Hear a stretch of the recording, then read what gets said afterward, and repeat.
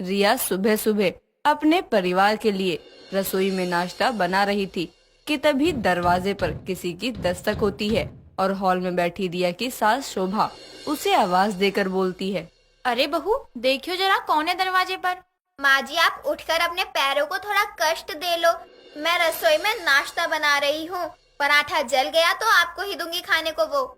ये आलसी बहू भी ना एक काम करेगी तो दूसरे को हाथ भी नहीं लगाएगी। मुझे ही देखना पड़ेगा आखिर कौन टपका है सुबह सुबह। शोभा दरवाजा खोलने जाती है तो सामने उसकी बेटी निया होती है। अपनी बेटी को देखकर शोभा खुशी से झूमते हुए बोलती है।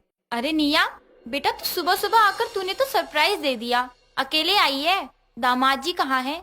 माँ, उनको लेट हो रहा था इसलिए वो मुझे छोड़कर चले गए। अच्छा, अब मैं अंदर आ जाऊँ? तेरा खुद का घर है, आ आ, पूछने की क्या जरूरत है।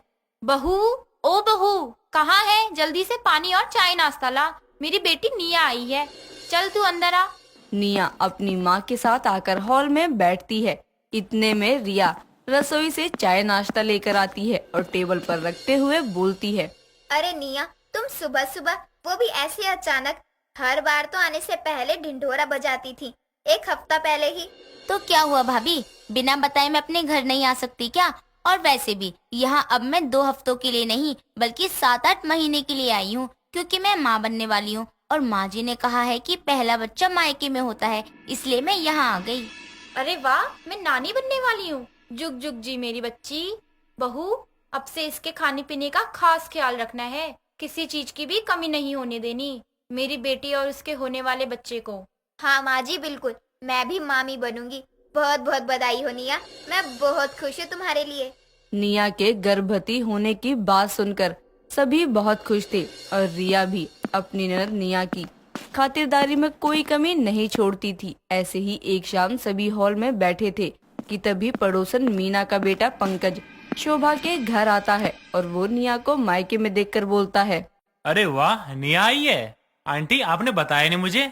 अच्छा जी, क्यों, तुम मेरे आने जाने की खबरें लेते हो क्या माँ से? ऐसी बात नहीं है, लेकिन लेकिन वेकिन छोड़ो और ये बताओ क्या काम है, क्यों आए हो? वो आंटी ने अचार का डब्बा मंगवाया था, वही देने आया था। लीजिए आंटी। हाँ हाँ, रख दे बेटा, मैं मीना बहन को पैसे दे दूंगी इसके, ठीक है? जी आंटी। अच्छा, मैं चलता हूँ। बाय निया। पंकज वहाँ से चला जाता है, जिसके बाद निया अपने कमरे में आराम करने चली जाती है और उसके जाते ही रिया अपनी सास से बोलती है। माँ जी, इसको बुलाना घर में जरूरी था क्या? जानती हो ना आप कि निया के पीछे कैसे हाथ धो के पड़ा था। ज्यादा ही आशिकी चढ़ी हुई थी इसको। वो तो निया की शादी हो गई जब ये यहाँ नहीं था, वरना ये उसकी शादी भी खराब कर देता। बहू, मैंने तो अचार का डब्बा मीना बहन की दुकान से निया के लिए मंगवाया था कि अब वो गर्भवती है तो उसको खट्टा खाने का मन कर सकता है। मुझे थोड़ी पता था ये देने आएगा। आगे से ध्यान रखेंगे।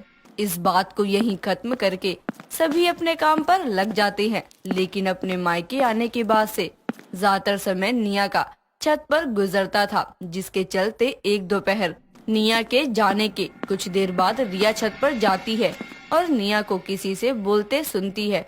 अरे तुम्हारे लिए तो यहाँ आई हूँ, तुम भी ना। वैसे मैं माँ बनने वाली हूँ तो मेरा कुछ न कुछ खाने का मन करता रहता है, तुम ला दोगे? कौन ला देगा? रिया की आवाज सुनकर निया घबरा जाती है और अपने हाथ में लिए फोन को कान पे लगा के बोलती है। भाभी, वो मैं अमन से बोल रही थी कि वो मुझे कुछ खाने को ला दे। अच्छा, मैं नीचे जाती हूँ, छत पर ज्यादा धूप है।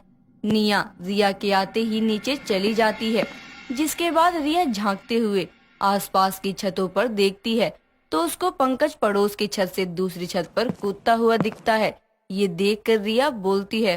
ये मेरी गर्भवती नंद को आशिकी करने से चैन नहीं है, शर्म नहीं आती। एक बच्चे की माँ बनने वाली है और ये पंकज, इसको तो मैं बताऊंगी। रिया भी उसके बाद नीचे आ जाती है और उस दिन के बाद से वो निया पर नजर रखने लगती है। निया कहीं भी बाहर जाती तो रिया उसके साथ जाती। ऐसे ही एक शाम शोभा के साथ निया बाजार जाने को होती है। उस पर रिया भी बोलती है। मैं भी चलती हूँ माँ जी के साथ। निया का 5वां महीना है, उससे सामान नहीं उठेगा। मैं तो कहती हूँ निया को घर रहो माँ जी के साथ, मैं सब्जी ले आऊंगी। भीड़ वाली जगह में जाना सही नहीं है तुम्हारा। भाभी, मैं क्या घर में बंद होने आई हूँ? माँ देखो ना, और इनको बोलो हर जगह साथ जाना जरूरी है। बहू, कोई नहीं, जाने दे। और मैं हूँ ना इसका ध्यान रखने के लिए। अपनी सास की बात को मानते हुए रिया बाजार नहीं जाती और निया अपनी माँ के साथ बाजार जाने का फायदा उठाती है और बाजार जाकर शोभा को चकमा देकर वो पंकज के साथ मार्केट घूमने लगती है। उसके साथ गोलगप्पे खाती है और भी कई सारी चीजें खरीदती है, जिसके बाद वो अपनी माँ को ढूंढने लगती है। लेकिन इस बीच पंकज अपनी और निया की कुछ फोटोज खींच लेता है। उस समय निया ध्यान नहीं देती और अपनी माँ को ढूंढकर उसके साथ घर आ जाती है और घर आने के बाद जब वो कमरे में जाती है तो पंकज उसको उसके फोन पर अपनी और उसकी फोटोज भेजता है और उसको कॉल करके बोलता है, निया, तुमको पता है ना, मैं तुमसे शादी से पहले से ही प्यार करता था, लेकिन तुम्हारे घर वालों ने मेरे यहाँ ना होने का फायदा उठाया और तुम्हारी शादी कहीं और करवा दी। लेकिन तुम्हारा ये आशिक ना आज भी तुम्हारे लिए जी रहा है। हाँ मैं जानती हूँ पंकज, लेकिन देखो मैं यहाँ हूँ जब तक हम अच्छे से बात करेंगे, घूम लेंगे एक दो जगह साथ, लेकिन ससुराल जाने के बाद तुम्हारा और मेरा कोई वास्ता नहीं। आखिर मैं गर्भवती हूँ, माँ बनने वाली हूँ अपने पति के बच्चे की।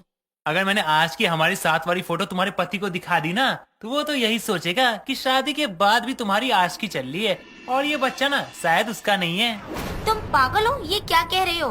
देखो तुमने कहा था कि मैं तुमसे यहाँ बात कर लूँ, बाकी तुम्हें कुछ नहीं चाहिए।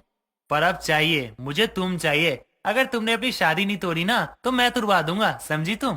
पंकज इतना बोलकर फोन कट कर देता है और निया इस बात से बहुत डर जाती है। भले ही वो गर्भवती होने के बावजूद पंकज से आशिकी लड़ा रही थी, लेकिन असल में तो वो बस अपने मायके में आकर टाइम पास कर रही थी।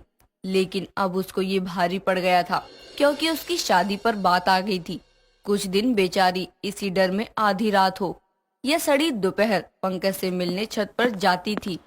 लेकिन एक सुबह शोभा और रिया के घर में ना होने के कारण पंकज सीधा घर में आ जाता है और निया से बोलता है, अरे वाह, आज कितना अच्छा मौका है। तुम्हारे और मेरे अलावा ना इस घर में कोई नहीं है। वैसे निया, मैं तुमसे बहुत प्यार करता हूँ, इसलिए चाहता हूँ ना कि तुम ये बच्चा गिरा दो। अरे हम दोनों की शादी करेंगे तो तब तुम मेरे बच्चों की माँ बनना ना। हाँ, बाकी अगर ना तुमने मेरी बात नहीं मानी ना तो इस फोन की सारी फोटो मैं तुम्हारे पति अमन को भेज दूंगा। मुझे देर भी नहीं लगेगी इसमें। पंकज के इतना बोलते ही पीछे से रिया उसके हाथ से फोन छीनती है और उसको जोर से दीवार में मारते हुए तोड़ देती है। तो वहीं शोभा ने पंकज का वीडियो बना लिया था, जिसके बाद अब रिया पंकज से बोलती है, इस फोन के कारण तुम मेरी ननद को ब्लैकमेल कर रहे थे ना, अब करो। और जो तुमने अभी बोला ना वो सब हमने रिकॉर्ड कर लिया है, इसलिए पुलिस तुमको ब्लैकमेलिंग के जुर्म में अंदर करेगी। निया, ये तुमने बिल्कुल सही नहीं किया। इसमें अपनी भाभी को शामिल करने की क्या जरूरत थी? अरे गर्भवती होने के बाद भी आशिकी तुमने शुरू की और अब मुझे फंसा रही हो। हाँ मैंने गलती करी, मुझे अपनी शादीशुदा जिंदगी को रिस्क में डालकर कुछ समय के मनोरंजन के लिए तुमसे मेलजोल नहीं बढ़ाना चाहिए था। भाभी मुझे माफ कर दो, अगर आज आप मेरी मदद नहीं करती तो मैं शायद अपनी बसी बसाई गृहस्थी बिगाड़ लेती। पंकज अब तुम देखो, अगर तुम्हें पुलिस के चक्कर में नहीं पड़ना तो चुपचाप चले जाओ यहाँ से। तुम्हारा टूटा हुआ फोन भी तुम्हें वापस नहीं मिलेगा। बाकी निया ने कुछ नहीं किया, ये तो मैं तुम्हारे इस कॉन्फेशन से साबित कर दूंगी। पंकज खुद को पुलिस के चक्कर से बचाने के लिए वहाँ से चला जाता है और दोबारा निया की जिंदगी में कोई अड़चन न डालने का वादा भी करता है। तो वहीं निया अपनी भाभी के गले लगती है और ये सब देखकर शोभा बोलती है, बहू सच में तूने अगर इसको ऐसे आधी आधी रातों में छत पर जाते नहीं देखा होता तो हम कभी पंकज को पकड़ नहीं पाते और ये अपनी गृहस्थी बर्बाद कर लेती। निया को अपनी शादी के बाद गर्भवती होते हुए भी आशिकी करने का फल मिल जाता है और उसकी जिंदगी बर्बाद होते होते बचती है, जिसके बाद वो अपनी भाभी का शुक्रिया करके दोबारा कभी ऐसी हरकत ना करने का वादा करती है।